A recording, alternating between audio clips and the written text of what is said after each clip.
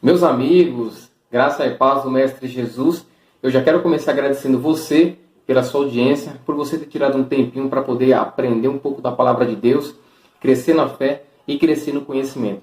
Hoje nós vamos estar falando sobre um tema que é um tema teológico, é um tema prático, é algo que nós vivenciamos no nosso dia na igreja. E o tema é possível um cristão, alguém que frequenta a igreja, ser possuído por um espírito maligno? Você conhece alguém que, de alguma maneira, já lhe aconteceu isso? Você já presenciou um fato como esse? Pois é, a nossa tentativa aqui hoje é exatamente poder trabalhar um pouco disso e poder explicar se realmente isso pode acontecer ou não pode acontecer. Mas antes, eu já quero aproveitar aqui para te pedir, para te convidar a se inscrever aqui no nosso canal Teologia Sem Curva, para você dar um joinha aqui também no final do vídeo e, é claro, deixar também o seu comentário e, de repente, uma sugestão de um tema que talvez você ainda não conseguiu uma resposta ou alguma coisa que, de repente, possa fazer muito sentido na sua vida, ok? Então, bora ao nosso tema.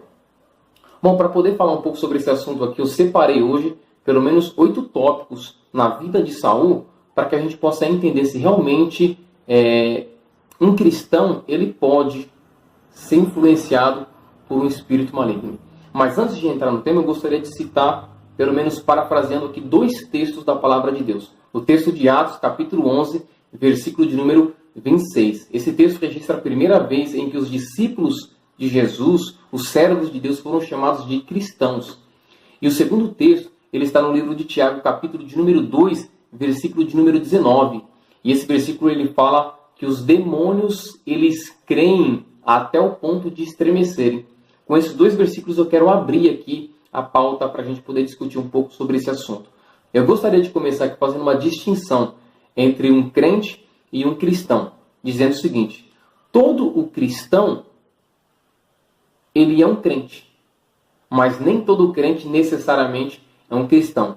Então eu queria que você guardasse bem essa frase, porque no final do vídeo vai fazer todo o sentido para você. Então, o primeiro tópico aqui da vida de Saul está registrado no capítulo de número 9 e 10 do livro de 1 Samuel. E nesse tópico vai ser falado a respeito de como Saul ele é apresentado para Israel e quando ele foi ungido para ser rei sobre Israel. Diga-se de passagem que ele foi o primeiro rei de Israel. O segundo tópico ele está no capítulo 11.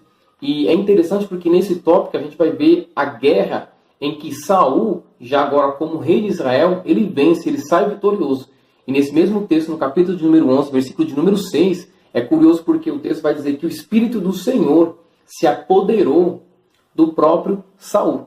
Então nós estamos vendo um Saul que ele está cheio de Deus em sua vida, nós estamos vendo um Saul que ele está recebendo Deus em sua vida de uma maneira que Deus está trabalhando nele e através dele. Vai ser comum, capítulos na frente, a gente poder ver, por exemplo, Davi se referindo a Saul como ungido do Senhor. Então ele é assim que ele era visto. Agora, no terceiro tópico aqui, já no capítulo de número 13, nós vamos perceber um pouco da queda do ministério de Saul. Quando, por exemplo, Deus havia dado uma ordem, dizendo para que ele, no capítulo 13, viesse a guerrear contra os filisteus. E os filisteus se acamparam no acampamento de Sunem, enquanto os israelitas estavam em Gilboa.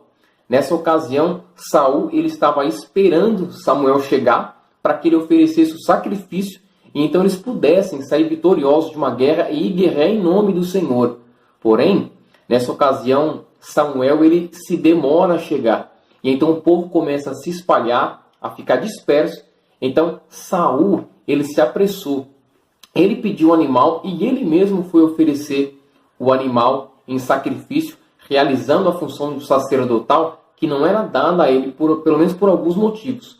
O primeiro motivo é que, para ser rei, poderia surgir de qualquer tribo, e isso acontece ao longo da história de Israel. Então não teria que ser necessariamente uma tribo.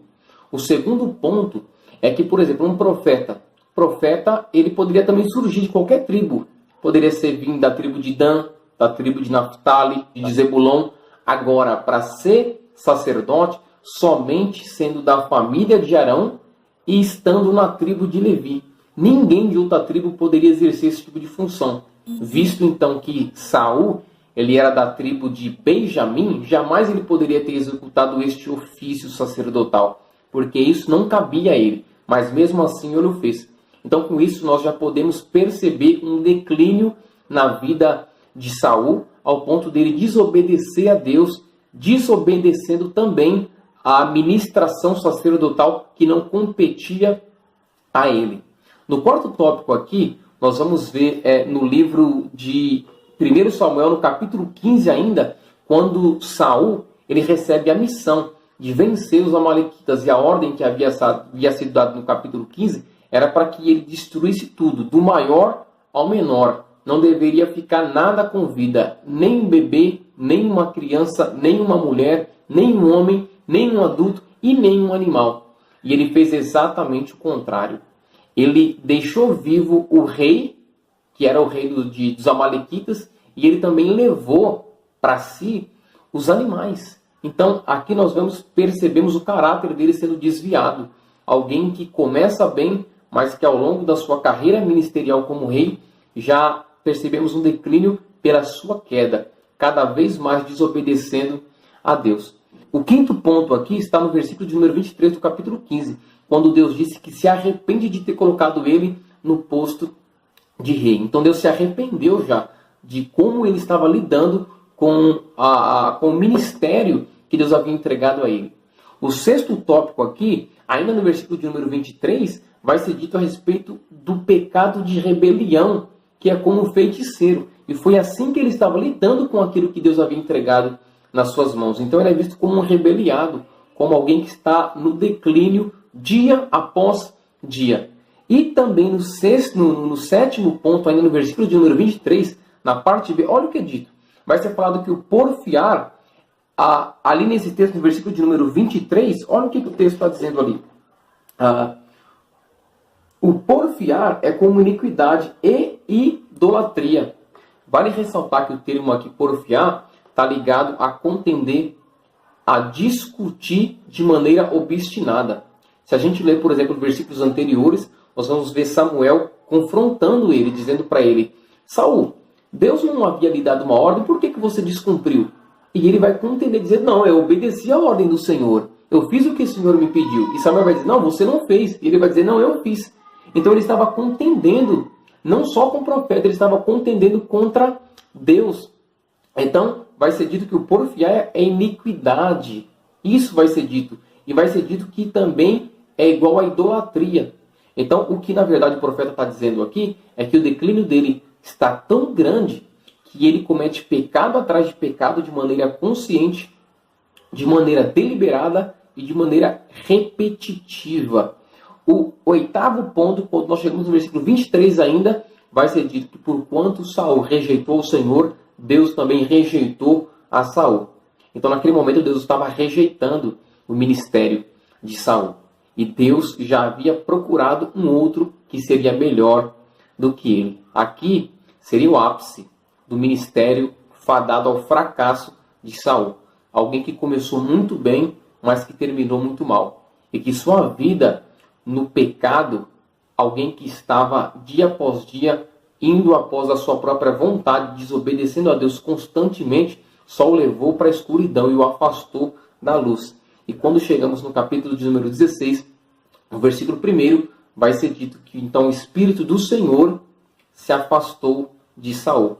E um espírito mau entrou na vida dele e passou a assombrá-lo. Então, respondendo objetivamente a pergunta, é possível que um cristão ele seja afligido por um espírito maligno? Será que então isso é possível? Se nós analisarmos a vida de Saul e fôssemos colocar em paralelo a vida de tantas outras pessoas que vivem no mesmo caminho, no caminho da desobediência, no caminho da rebeldia, no caminho da feitiçaria, no caminho de alguém que só procura desobedecer e não obedecer a Deus, então a resposta seria: é possível sim. Ainda que essa pessoa esteja indo para a igreja, ainda que essa pessoa cante em grupos, ainda que a pessoa esteja envolvida em alguma atividade da igreja, mas se a sua vida for uma vida promíscua, se a sua vida for uma vida afastada de Deus, então é possível que ela venha entristecer o Espírito Santo e que o Espírito Santo venha se afastar dia após dia dessa pessoa a ponto de levá-la a deixar como sendo uma presa fácil para Satanás. E o próprio Novo Testamento vai confirmar isso. Quando nós abrimos o texto no livro de Lucas, no capítulo de número 11, e no versículo de número 26. Olha o que o texto ele vai dizer, 24 ao 26, o que o texto vai dizer. Quando um espírito imundo tem saído do homem, anda por lugares secos, buscando repouso, e não achando diz, tornarei para minha casa de onde saí. E chegando, acha varrida e adornada. Então vai e leva consigo outros 7 espíritos piores do que ele, e entrando, habitam ali. E o último estado desse homem é pior do que o seu primeiro estado. Então, a frase que nós havíamos dito no começo, nós queremos lembrar agora. É possível um cristão ser crente, mas um crente não necessariamente será um cristão.